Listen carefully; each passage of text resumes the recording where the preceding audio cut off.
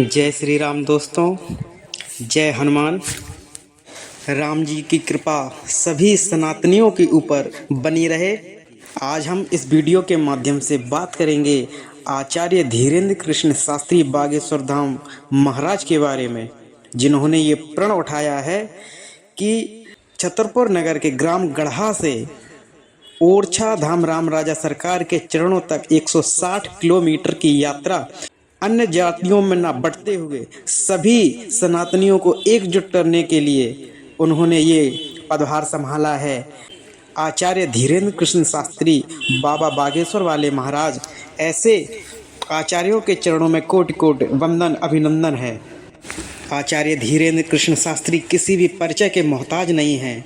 इन्होंने सन्यासी बाबा की प्रेरणा, हनुमान जी की शक्तियों के बल पर देश विदेश में अपने हिंदू देवी देवताओं का सामर्थ्य दिखलाया है, उनकी खूबियां दिखलाई हैं, उनकी शक्तियों का वर्णन किया है।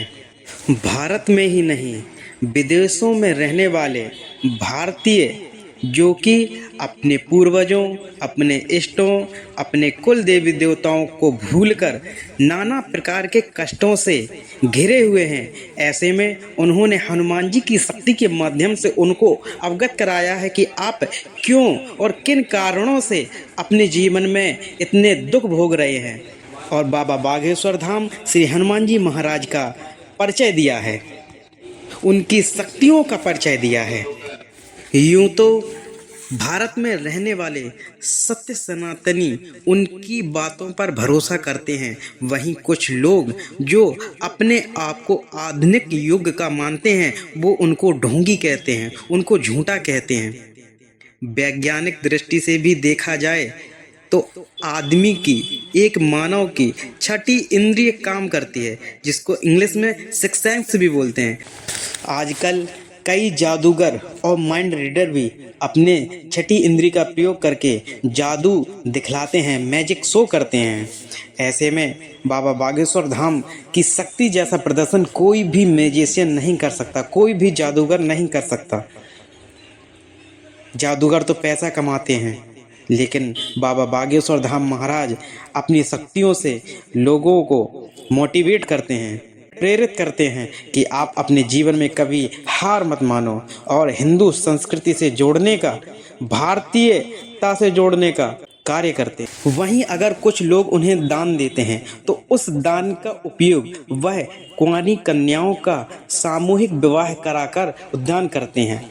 अन्नपूर्णा जैसी रसोई भी चलती है जहां पर भूखे लोगों को भोजन कराया जाता है। कोई भी जाकर वहां पर भोजन कर सकता है बिना किसी रोक टोक के।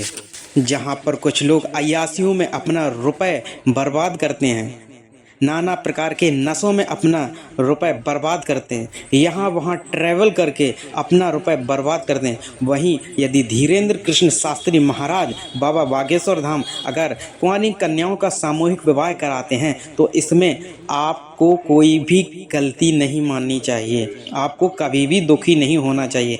कम से कम आपका पैसा एक सामूहिक कार्य में लगा तो 10 लोगों को खाना खिलाकर, 50 लोगों में कंबल बांटकर जब आप अपने आप को महान समझने लगते हैं तो बाबा बागेश्वर वाले महाराज आचार्य धीरेन्द्र कृष्ण शास्त्री आपसे बहुत महान कार्य कर रहे हैं। हिंदू संस्कृति और हिंदू एकता के लिए जो उन्होंने 160 किलोमीटर पदयात्रा करने का जिम्मा उठाया है, आप और हम सब उनकी एकता और अखंडता के लिए उनका साथ दें और ईश्वर से प्रार्थना करें कि उनकी इस यात्रा को संपूर्ण बनाएं। जय श्री राम।